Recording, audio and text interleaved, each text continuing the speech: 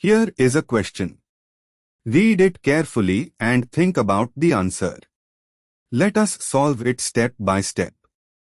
Let us first understand the key concept here. Lobry de Bruin van Eykenstein, LDBV, rearrangement.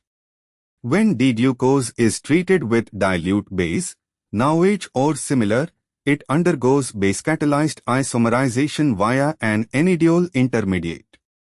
Moving on to the next step. Identify the reaction.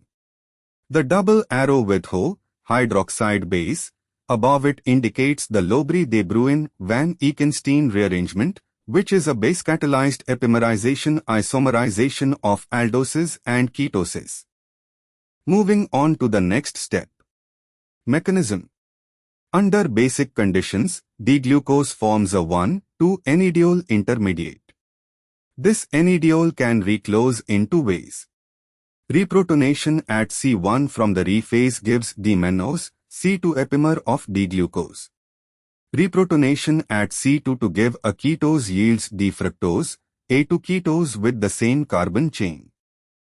And for the final step. Products. The LDBV rearrangement of D-glucose yields a mixture of D-glucose, starting material, D-mannose, C2 epimer, and D-fructose, to ketose isomer. Thus A is equal to D-mannose and B is equal to D-fructose. A. D-mannitol is a sugar alcohol reduction product not formed by base treatment alone. C. Diallose and dialtrose are C3 and C4 epimers. The enediol intermediate from C1C2 does not produce these.